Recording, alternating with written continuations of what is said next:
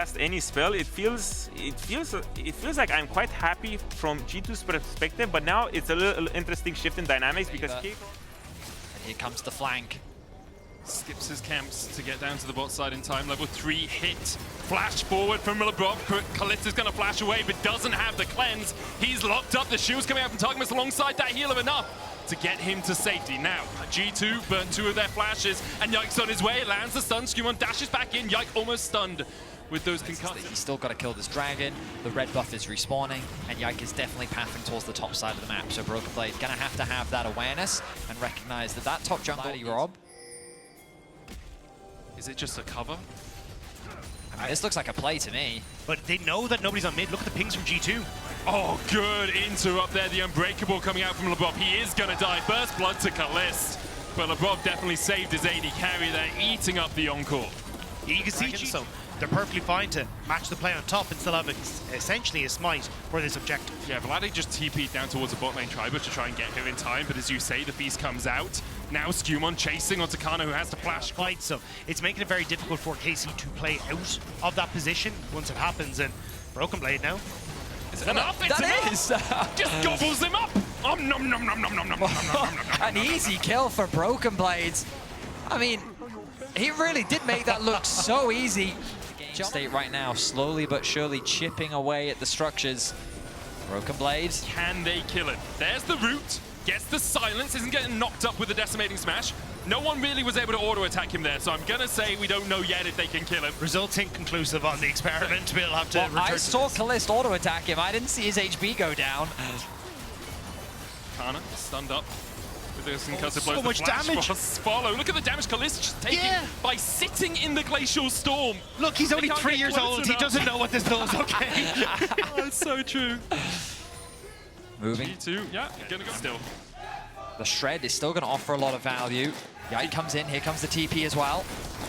Yike trying to step forward.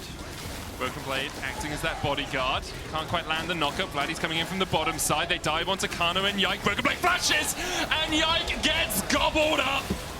The Realm Warp in as well. I don't think Vladi wanted to take that. That's a one-way ticket to nowhere. Canna, the next target for G2. The Encore comes over 3, but Targamas now on the retreat, has to flash the wall, and SkewMond, wind becomes lightning, and Targamas becomes fertilizer.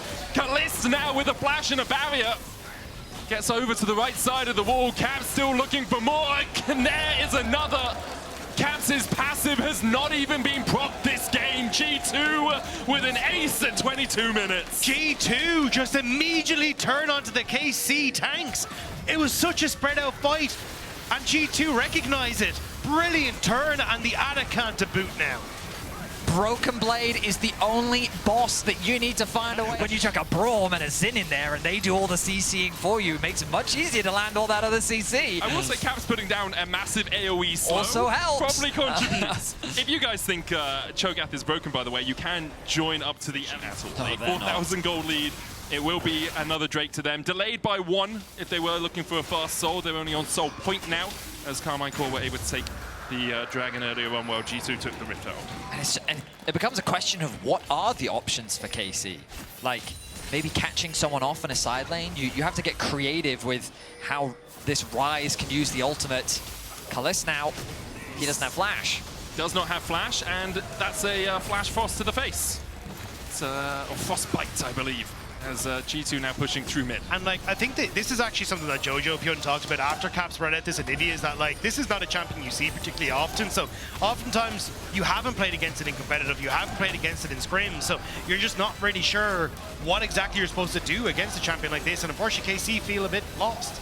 A major issue as well for KC is as soon as Caliste is dead, where's your consistent DPS on a Cho'Gath? Even with Caliste alive, it's still going to be tricky, but at least he can chuck some axes into that massive gentleman.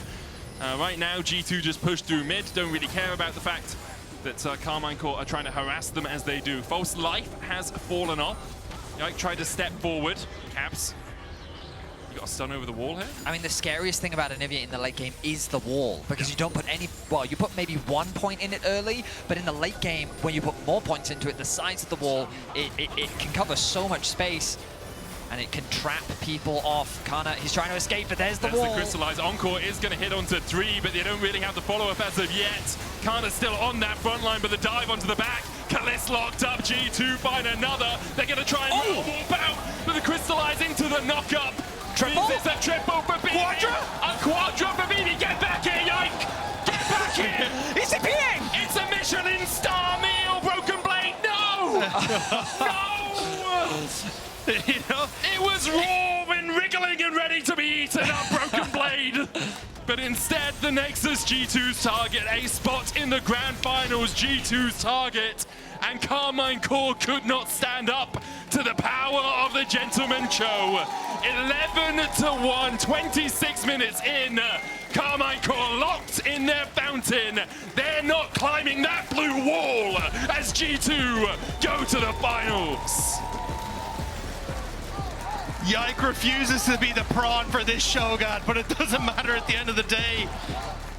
G2 looking incredibly strong moving on towards finals. I mean, you have to feel that the flexibility that G2 has historically been known for would be favorable for them in these fearless drafts. And I feel like that game 4 was...